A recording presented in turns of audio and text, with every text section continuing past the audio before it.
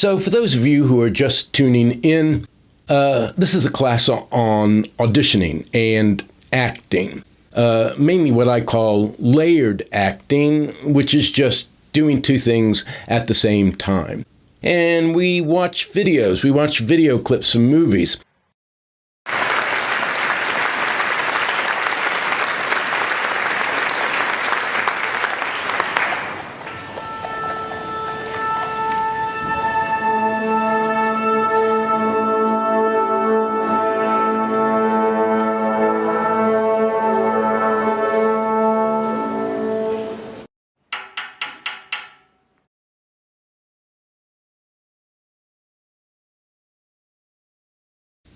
I'm not going to say anything to prepare you to watch this monologue. I just want to see what impressions you get going in knowing nothing. We'll talk about it after. Here's what I found out. That all of life is a learning experience. Everything is part of a big master plan. But sometimes it's hard to read. I mean, it's like if you get too close to the screen, all you can see is a bunch of little dots. You don't see the big picture until you stand back. But when you do, everything comes into focus. Hi, my name is Suzanne Moretto. Oh, wait, I'm sorry. Suzanne Moretto is my married name. My own name is Suzanne Stone. That's my professional name, Suzanne Stone. It's not like I have any negative feelings about the name Moretto. Moretto is the name, after all, of my husband, who I loved very, very much. Sorry. The point is that, for instance, Connie Chung, who is married, I believe, to Maury Povich, the well-known interviewer, doesn't say, "Hello, this is Connie Povich," with the news, now does she? And I don't think she would be embarrassed by it or anything like that, because she's already pretty ethnic when you think about it. Or, to take another example, someone who doesn't appear to have an ethnic bone in her body. There's Jane Pauley, who I strongly relate to, because, we have similar physical traits. Although I thankfully don't have to struggle with the weight problem like she does. And she also, to the best of my knowledge, has never identified herself, audience-wise, as Jane Trudeau. Even though her husband, Mr. Trudeau, is a prominent cartoonist of some kind. And not, as so many people believe, the ex-president of Canada. So what I'm saying is this. There are some people who never know who they are or who they want to be until it's too late. And that is a real tragedy in my book. Because I always knew who I was and who I wanted to be. Always. You're not anybody in America unless you're on TV. On TV is where we learn about who we really are. Because what's the point of doing anything worthwhile if nobody's watching? And if people are watching, it makes you a better person. My commitment to my career or my marriage or whatever has always been 110%. Regardless of how fast I was growing in my vocation, I would never leave Larry behind. The word divorce was never mentioned. As you can imagine, I was shocked beyond comprehension. Right? To think that these disadvantaged youngsters, who I had taken under my wing and spent my time with, and who would only stand to ultimately benefit from my media savvy, to think that they might be responsible for this heinous crime, it simply boggles one with disbelief.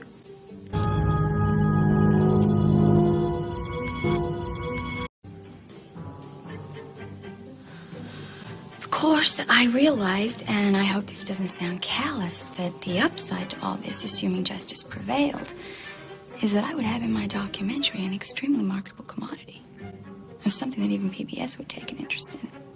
Which, of course, would mean a smaller audience, but a much larger prestige factor. That pretty well brings us up to date. So that, folks, is the great Nicole Kidman in To Die For from 1991. This is a class on doing two things at the same time, or layered acting. And in order to understand the layers and what Nicole Kidman is doing here, you have to know the plot. And I think that maybe some of you, if you're paying careful attention, have already figured this out. It's pretty obvious in her acting. The two things you need to know about this character. One, she really, really wants to be a TV reporter, a TV presenter, if you're in the UK. She wants to be a media personality. The other thing you really need to know is that she got these teenagers from a local high school to kill her husband. So you still might be asking, so what's going on in the scene? Why is she talking directly to the camera like this? It's because she is putting herself on video to apply for a TV presenting job. She's going to be a reporter in some local news type thing, and she's turned the camera on herself, and she is trying to sell herself to get this job.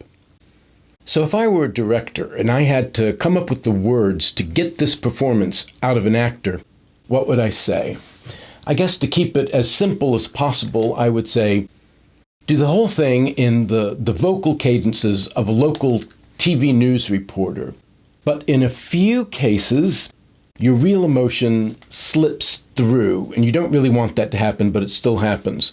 One is where you get sort of a little too fangirlish about Jane Pauley. The other is when you have this little flash of anger at the idea of divorce. Now, what do I mean when I say local TV news reporter? I'm really talking about a couple of things. One is a certain way of talking, a certain brightness, a certain emphasis on this word and not that word, a kind of smile, and it's all a little bit phony. You know that they're doing this for the camera, and there's something about all of these reporters doing everything in the same way that makes them very familiar and comfortable. There is an art to playing stupid. It's very simple. It's just never play stupid. No matter how stupid the lines are that your character is saying, you just say them like they're the smartest thing that anybody could possibly say in that moment. You have to trust the writing to a certain extent.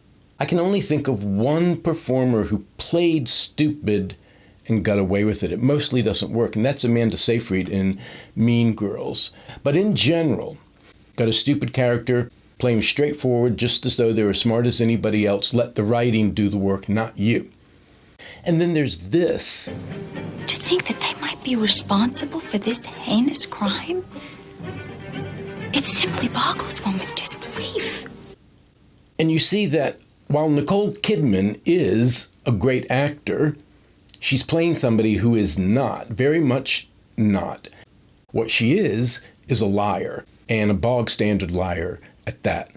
When she's just talking business, for example, the best media outlet for a certain documentary, It's something that even PBS would take an interest in.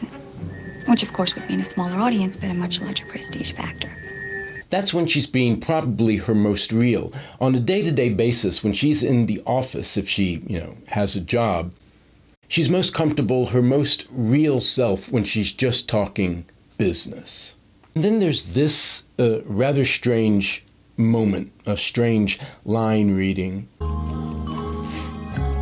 It's not like I have any negative feelings about the name Moretto.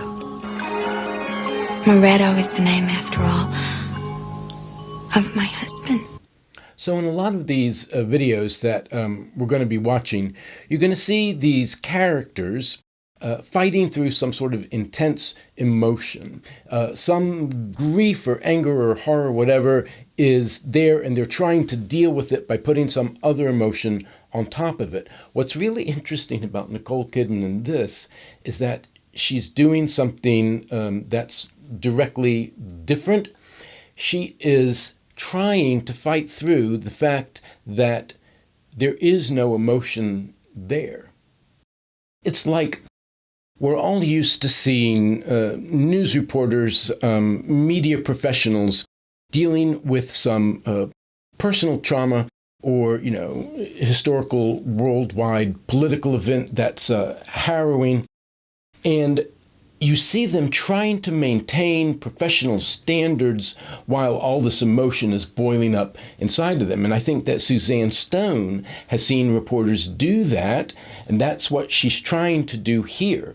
Only she doesn't have any of these emotions welling up underneath her. She doesn't have a whole lot of normal emotions, period. She may indeed be a psychopath or a sociopath. So what she's doing is she is looking like she is trying to hold back all this intense emotion, but there's no emotion there. She is summoning emotions of grief that she is then going to pretend to suppress. So that's kind of 3 layers. Tricky. This image, I think, represents that lack of emotion pretty clearly. Now, there are some places here where this woman's real emotions do sort of accidentally slip out. The most obvious one is that little touch of anger when she says divorce was never mentioned. I would never leave Larry behind. The word divorce was never mentioned.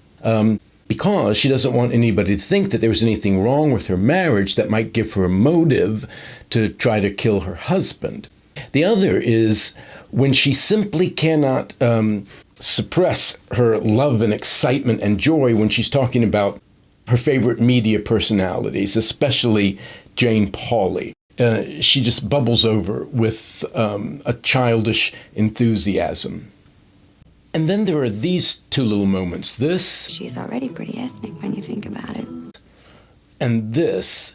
Although I thankfully don't have to struggle with the weight problem like she does. In both of these, she is like making a little confidence, a little aside, a little secret. You only do that when you feel very comfortable with the people you're with. You wouldn't repeat something that might come back to bite you on the ass unless you trusted those people, or you're just feeling so comfortable and you're having such a good time that your filters aren't there. So this means Suzanne Stone is having a good time. She's enjoying herself. She is happy. Something about this project, even though it doesn't show up in the monologues words, we know that the idea of getting this job makes her very happy. So you might ask me, what's this emotion?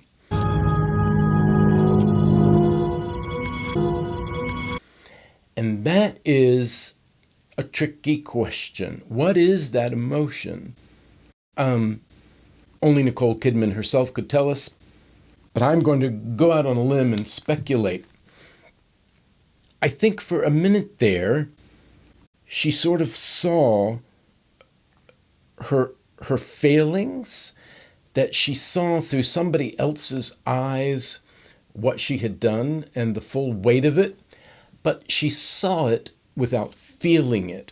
Or maybe she's just aware at some point, on some level, that she is an outcast, that she doesn't have something that other people have. And she's just sort of staring incomprehendingly at the abyss. So could you do this monologue from To Die For an actual audition? And I would say, sure, why not? There's a lot that could be really great. There is one thing that you have to take into consideration. This monologue, as we see it in this movie, which is going to be very influential on you, whether or not it should be, it's all a medium close-up of Nicole Kidman's face. And that could be great if you walk into an audition situation and it's like a regular rehearsal room and the people are behind a table right there. You can just pull up a chair and be within like 5 or 10 feet of them and just deliver it to them, putting their focus on your face just the way you want. Now, you might walk into an audition situation and you're on the stage of a cavernous old theater, and the people watching you are in those red seats way, way out there. If you are prepared, you can rescale this monologue to be done looking at your whole body. And this could be neat if you go and find footage of news reporters, weather people, whoever you take as inspiration, and see how they move their entire body, and then find lots of little ways in which that professionalism slips just for moments here and there. There's a whole lot that you could do with this as a full body performance, as long as you're prepared to do that. Okay, I guess that's enough for this time. Thank you all, and I'll see you next week.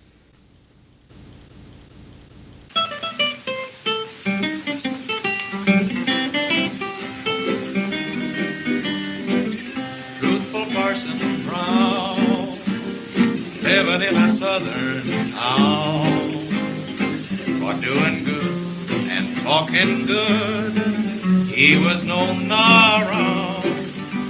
He had a most peculiar way of preaching on the Sabbath day, on an organ, soft and low, he would sing and